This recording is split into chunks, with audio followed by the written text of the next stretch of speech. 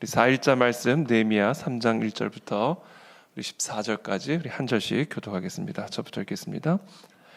그때 대제사장 엘리야십이 그의 형제 제사장들과 함께 일어나 양문을 건축하여 성별하고 문짝을 달고 또 성벽을 건축하여 함메야 망대에서부터 하나넬 망대까지 성별하였고 그 다음은 여리고 사람들이 건축하였고 또 그 다음은 이무리의 아들 삭굴이 건축하였으며 어무는 하스나의 자손들이 건축하여 그 들보를 얹고 문짝을 달고 자물쇠와 빗장을 갖추었고 그 다음은 하코스의 손자 우리아의 아들 무레못이 중수하였고 그 다음은 무세사벨의 손자 베레기야의 아들 무술람이 중수하였고 그 다음은 바하나의 아들 사독이 중수하였고 그 다음은 드고와 사람들이 중수하였으나 그 귀족들은 그들의 주인들의 공사를 분담하지 아니하였으며 옛 문은 바사의 아들 요야다의 부소디아의 아들 무술람이 중수하여 그 들보를 얹고 문짝을 달고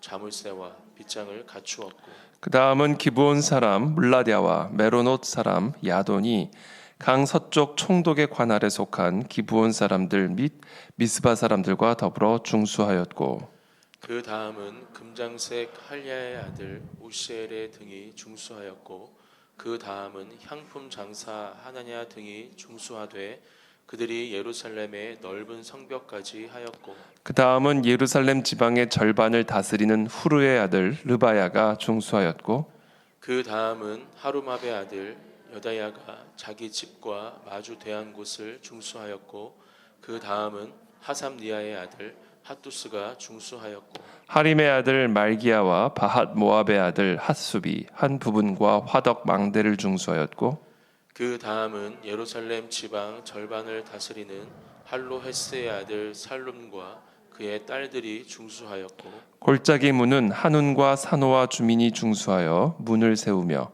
문짝을 달고 자물쇠와 빗장을 갖추고 또 분문까지 성벽 1000규빗을 중수하였고 분문은 베닥 게렘 지방을 다스리는 레갑의 아들 말기야가 중수하여 문을 세우며 문짝을 달고 자물쇠와 빗장을 갖추었고 아멘. 네, 이제 오늘 본문 말씀은 이제 이스라엘 백성들이 이제 각자 자기가 맡은 그 영역에서 무너진 성벽들을 재건하는 그런 내용들이 기록이 되어 있습니다. 어저께 이 느헤미야가 정말 예루살렘에 도착한 지 사흘 만에 몇 명과 함께만 이렇게 예루살렘 지역을 한밤중에 다녀보면서 현실을 지금 예루살렘이 처한 상황들을 파악을 하고 나서는 그리고 나서 이제 이스라엘 백성들에게 하나님이 이 일을 위해서 자기에게 어떤 일들을 행하셨는지 정말 기적과 같이 아닥사스다 왕의 마음을 움직이셔서 정말 자기가 예루살렘의 총독으로 파견될 수 있도록 허락해 주시고 또 예루살렘 성벽을 재건하는 일에 필요한 많은 물품들을 또 공급받을 수 있도록 하나님께서 이 모든 일들을 여신 그런 일들을 이스라엘 백성들과 함께 나누고 나니까 이스라엘 백성들의 마음에 힘이 들어가죠. 그렇습니다. 하나님이 우리 가운데 행하고 계신 일을 확인을 하게 되면요 우리의 마음에 힘이 들어갑니다. 저는 이 새벽에 우리 모두에게 그 눈이 열릴 수 있게 되기를 바랍니다. 지금 하나님이 우리의 삶 가운데 일하고 계십니다. 그것이 우리의 눈에 보기에 어떻게 보이든 하나님은 우리의 삶 속에 하나님의 놀라운 일들을 지금 행하고 계십니다. 어떤 사람들의 삶에서는 성벽들을 무너뜨리는 일들을 행하고 계실 수도 있고요. 또 어떤 사람들의 삶 속에서는 그 무너졌던 성벽들을 새롭게 다시 재건하는 일들을 하고 계시는 수도 있습니다. 예레미야의 그 하나님이 예레미야에게 주시는 사명처럼 이스라엘을 무너뜨리고 쓰러뜨리고 파괴하고 그리고 다시 건설하고 회복하는 이런 놀라운 하나님의 역사들이 하나님의 손길들이 우리들의 삶 속에 끊임없이 이루어져 간다라는 것이죠. 하나님의 선한 손이 우리의 삶 가운데 함께하고 계시는 그 일들을 우리들의 두 눈으로 볼 수 있게 되기를 예수님 이름으로 축복합니다. 설령 그것이 선명하게 내 두 눈에 보이지 않는다 할지라도 그것을 믿으시기를 축복합니다. 하나님의 선한 손이 언제나 나와 함께하고 계시고 나를 돕고 계시고 나를 살리고 나를 회복하기 위해 일하고 계심을 여러분들이 기억하시게 되기를 바랍니다. 그리고 기도하십시오. 하나님, 지금 하나님께서 어떻게 일하고 계시는지를 볼 수 있게 해주십시오. 선명하게 내가 깨달을 수 있게 도와주십시오. 그 순간 우리의 마음에 힘이 들어옵니다. 지금 이게 내가 망하고 있는 게 아니라 하나님이 지금 일을 하고 계시는 거구나. 내가 지금 정말 두려워할 것이 아니라 이런 상황 속에서 하나님이 지금 내 안에 많은 것들을 새롭게 하시고 새롭게 건축하고 계시는구나. 이 하나님의 선한 손이 항상 하나님의 백성들과 함께 하셔서 우리들의 삶 속에 모든 일들을 합력하여 선을 이루고 계심을 여러분들이 믿으시기를 축복하고 또 그것을 보고 깨달을 수 있도록 하나님에게 그 은혜를 구하는 이 새벽이 되시기를 예수님의 이름으로 축복합니다. 자, 이렇게 힘이 들어가니까 정말 성벽을 재건하는 일들을 시작해요. 이게 마음에 힘이 들어가면요 놀라운 일들을 행할 수 있습니다. 사실 우리가 이거를 그냥 기록된 글로 보니까 그렇지 이 성벽을 건축한다는 게 지금 느헤미야의 성벽이 지금도 일부 남아 있거든요. 그 사진을 보면요 그 성벽의 그 돌이 상당히 커요. 피라미드도요 여러분, 저도 피라미드를 직접 가서 보지는 못했지만 사진으로 보면 겉으로 보면 그냥 이렇게 돌산처럼 보이잖아요. 삼각형의 피라미드형의 돌산처럼 보이는데 거기서 가까이 가서 가만히 보면요 그 돌 하나하나가 얼마나 큰지 몰라요. 웬만한 사람 키보다도 더 클 겁니다. 그러니까 그런 큰 돌을 여러분 이렇게 재건을 한다는 게 이게 보통 힘든 일이었겠습니까?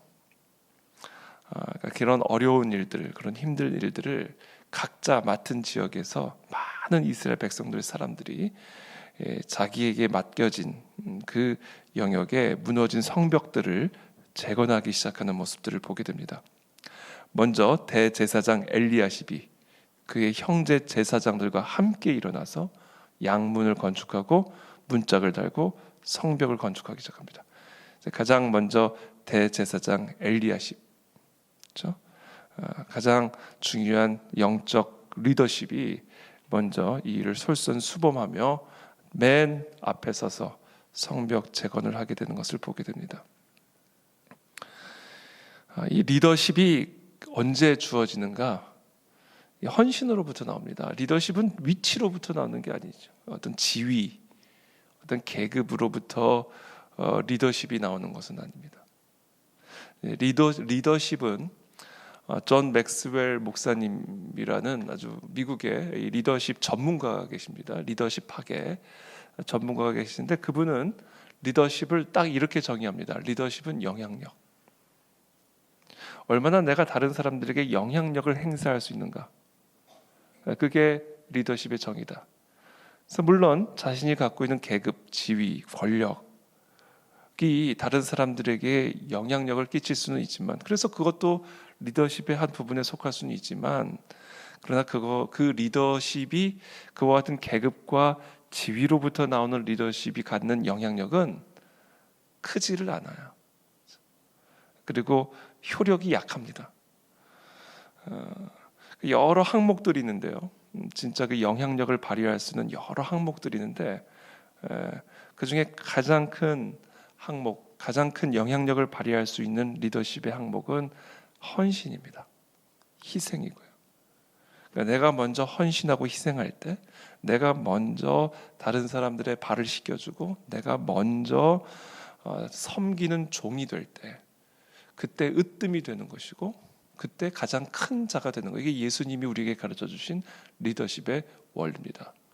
그러므로 우리가 누군가를 이끌어가고자 한다면, 우리가 누군가에게 영향력을 행사하고자 한다면, 누군가로 하여금 정말 마음에 힘이 들어가 하나님의 일을 위하여 헌신할 수 있도록 영향력을 행사하려면 우리가 먼저 헌신하고 희생하는 그런 모습들이 보여져야 된다라는 것이죠. 교회가 어떻게 하면 이 세상의 리더십 회복할 수 있을까? 어떻게 하면 이 땅의 많은 그리스도인들이 이 세상에서 정말 귀한 영향력을, 리더십들을 다시 회복할 수 있을까? 다른 것이 없습니다. 바로 헌신과 희생의 모습을 통해서 교회의 리더십, 성도들의 리더십은 회복이 될 수 있다. 그래서 예수님께서 그 세베대 두 아들의 어머니가 예수님에게 내 두 아들을 예수님 우편과 좌편에 앉게 해주십시오. 거기 이제 권력을 요구한 거죠. 그러자 예수님이 책망 섞인 말씀을 하시면서 누구든지 크고자 하는 자는 가장 작은 자가, 낮은 자가 돼야 되고 섬기는 자가 돼야 되고, 누구든지 으뜸이 되고자 하는 자들은 다 낮은 자가 되어서 누군가를 섬기고 헌신하는 종이 되어야 된다. 인자가 온 것은 섬김을 받으려고 온 것이 아니라 오히려 섬기기 위해서 온 것이고, 내 목숨을 많은 사람들의 대속물로 주기 위함이다. 예수님이 그렇게 말씀하여 주셨습니다. 저와 여러분들의 오늘 하루, 여러분 섬기는 자리에 서게 되기를 바랍니다. 먼저 누군가를 위해서 희생하는 자리에 서게 되기를 바랍니다. 내 시간을 희생하고, 내 물질을 희생하고, 내 삶을 누군가의 대속물로 드리는 그런 인생을, 그런 삶을 우리가 살아갈 때 바로 그러한 인생이 많은 사람들에게 거룩하고 선한 영향력을 행사할 수 있는 지도자, 리더십이 될 수가 있다라는 것이죠. 이것이 바로 예수님께서 우리에게 가르쳐 주신 리더십의 원리요, 또 느헤미야가 우리에게 보여주고 있고, 또 대제사장 엘리야십이 우리에게 보여주고 있는 리더십의 원리입니다. 그러자 이제 여러 사람들이, 여리고 사람들이 건축을 하기 시작하고, 아므리의 아들 삭굴이 건축하기 시작하고, 하스나의 자손들이 건축하기 시작하고, 학거수의 손자 우리야의 아들 무레못이 중수하기 시작하고, 무세사벨의 손자 베레기야의 아들 무술람이 중수하기 시작하였고, 바하나의 아들 사독이 중수하기 시작하였고, 바세야의 아들 요야다와 부소드야의 아들 무술람이 중수하기 시작하였고, 기브온 사람 물라디아와 메로노 사람 야돈, 계속해서 이 사람들의 이름이 기록이 되고 있죠. 근데 그때 드고아 사람들, 그 귀족들은 공사를 분담하지 않았다. 귀족이면 뭐예요? 그러니까 우리의 리더십은 귀족 신분으로부터 나오는 게 아니라니까요. 귀족들은 공사를 분담하지 않았어요. 다 지금 이스라엘 백성들이 한마음 한뜻이 돼서 곳곳에서 다 공사를 분담해서 성벽을 재건하기 시작하는데, 드고아 사람들만 딱 공사를 분담하지 않고 그 자리만 비어 있는 겁니다. 여러분, 다 일할 때 그때 여러분들의 빈자리를 보이지 마십시오. 우리가 다 한마음 한뜻이 되어서 하나님께서 우리에게 맡겨주신 사명들을 감당하기에 으쌰 일어날 때, 그때 절대 아무개 어디 있어? 이런 이야기를 여러분 듣게 하지 마십시오. 왜냐하면요, 다 기록이 되기 때문에 그래요. 이게 다 기록이 되는 거예요. 이름들이 다 기록이 되잖아요. 하루마베 아들 여다야가 중수했고, 하삼느야의 아들 핫두스가 중수하였고, 말기야와 바한 모압의 아들 핫숲이 중수하였고, 할로헤스의 아들 살름과 그의 딸들이 중수하였고, 다 이렇게 느헤미야의 이런 사명, 그리고 그 사명이 느헤미야에게 주어진 사명이지만 이스라엘 모두에게 주어진 사명이라는 사실을 이스라엘 백성들이 마음에 깨닫고 다 이렇게 일어나서 성벽들을 재건할 때 그 이름들이 다 기록이 되잖아요. 여러분, 이 이름이 다 기록이 됩니다. 성경이요, 지면이 많아가지고 이런 이름들 다 기록해 놓은 거 아니에요. 이걸 하나님이 보여주시는 겁니다. 오늘 본문을 통해서 내 자녀들아, 너희들이 이 땅에서 예루살렘을 위하여, 나의 나라를 위하여, 교회를 위하여 하나님의 사명을 위하여 행한 모든 일들이 내 책에 다 기록이 된다 라는 사실을 지금 우리에게 말씀하고 가르쳐주고 계시는 거예요. 드고와 귀족들도 기록이 됐어요. 그들은 분담하지 않았다.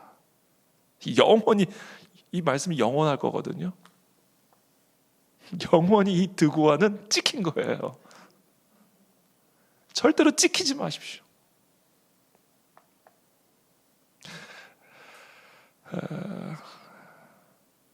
요한계시록 20장에 보면 다 큰 자나 작은 자나 귀족이나 평민이나 모든 사람들이 죽은 다음에는 하나님의 심판 보좌 앞에 서 있게 된다라는 환상을 보여주십니다.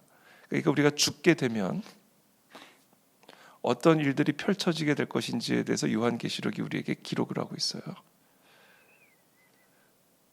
근데 그때는 이 땅에서 어떤 사람이었든지 그건 이제 상관이 없는 거예요. 죽었기 때문에.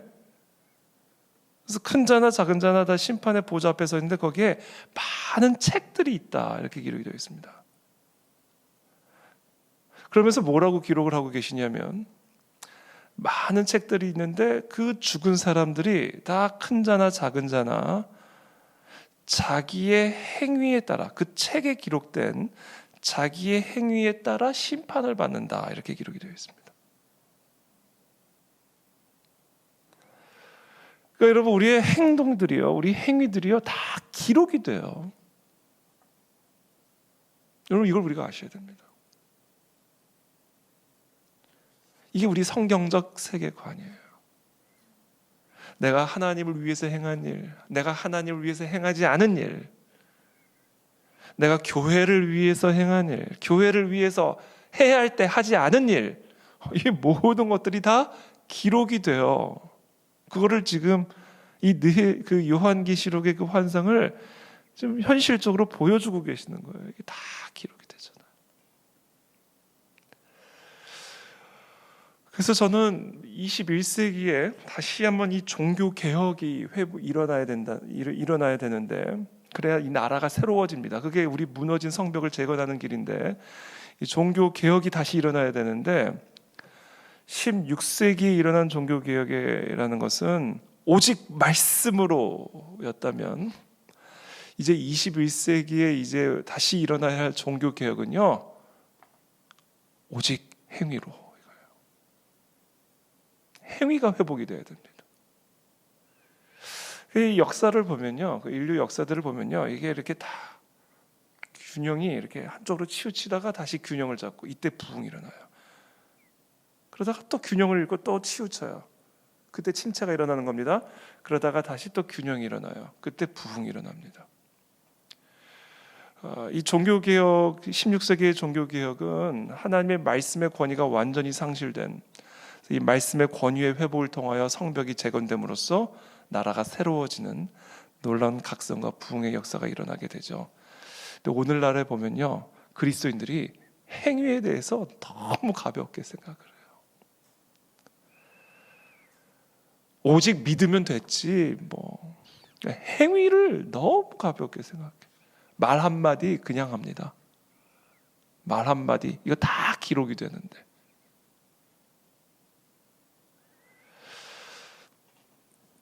그래서 우리가 정말 이 시대에 우리가 다시 일으켜야 될 종교 개혁은 뭐냐면 오직 말씀으로, 그렇죠? 오직 믿음으로, 오직 은혜로 에 더해서 오직 행위로 들어가야 됩니다. 행위의 회복이 일어나야 됩니다. 정말 우리가 하나님의 말씀을 믿는 사람이라고 한다면, 정말 그 하나님의 말씀의 은혜를 따라 사는 사람이라고 한다면 절대로 행위가 그럴 수가 없습니다. 결론적으로 여러분, 우리가 절대로 행위로 구원을 받을 수는 없습니다. 우리가 어떤 율법의 행위로도 우리는 하나님의 의롭다함을 얻을 수 없어요. 우리가 율법의 행위로 내가 하나님 앞에서 의롭다함을 얻으려는 순간 그것은 하나님을 모욕하는 일이에요. 십자가를 모욕하는 일이에요. 우리는 어떤 노력, 어떤 행위로도 절대로 우리는 하나님 앞에 의롭다함을 받을 수가 없습니다. 우리는 절대로 그런 노력을 해서는 안 됩니다. 오직 예수 그리스도의 대속의 십자가 은혜로만 우리는 하나님의 의롭다함을 얻을 수 있어요. 오직 하나님의 공로로, 오직 하나님의 행위로 우리는 하나님의 의롭다함을 얻을 수가 있습니다. 그런데 정말 그 오직 은혜, 그리고 오직 그 은혜를 믿는 그 오직 믿음으로 우리가 정말 의롭다함을 얻은 사람이라고 한다면요, 우리는 의롭기 위해서 행하지 않아요. 그때부터는 무엇을 위해서 의로운 행동을 하냐면 의로워지기 위해서 의로운 행동을 하지 않고요, 우리에게 그런 은혜를 주신 하나님을 기쁘시게 해드리기 위해서 행동하기 시작합니다. 이게 진짜 거듭난 사람에게서 나타나는 표지예요. 하나님을 기쁘게 해드리기 위해서 그런 행동들을 하지 않으려고 노력하는 거고, 정말 하나님을 기쁘시게 해드리기 위해서 내가 그런 행동들을 하려고 노력하게 되는 거예요. 절대로 조금 내가 더 의로워지기 위해서 어떤 행동을 하려고 노력하지 않아요. 그 순간 우리는 하나님을 슬프게 하는 것이고 하나님을 모독하는 거예요. 그러니까 우리가 이 하나님의 이 공로로, 오직 하나님의 행위로 정말 이 하나님의 의롭다함을 얻어 하나님의 자녀가 되는 권세를 얻어 영원한 생명, 영원한 치유, 영원한 하나님의 나라를 누릴 수 있는 하나님의 자녀가 되었다면, 진짜 그런 하나님의 자녀들은요, 그때부터는 모든 행동의 이유와 목표와 목적은 하나입니다. 어떻게 하면 하나님을 기쁘게 해드릴 수 있을까? 내가 이렇게 하면 하나님의 마음을 슬프게 하겠지? 내가 이렇게 하면 하나님의 마음에 근심이 되겠지? 내가 이렇게 하면 하나님이 너무 기뻐하시겠지? 그게 그 사람이 사는 이유가 되고요, 그 사람이 어떤 행동을 하는 단 하나의 목적이 돼요. 그것을 의식하지 않고 말하고, 그것을 전혀 의식하지 않고 안 하고, 그런 것들을 전혀 의식하지 않고 행하고, 그런 사람을 과연 진짜 하나님의 은혜를 아는 사람이라고 말할 수 있을까?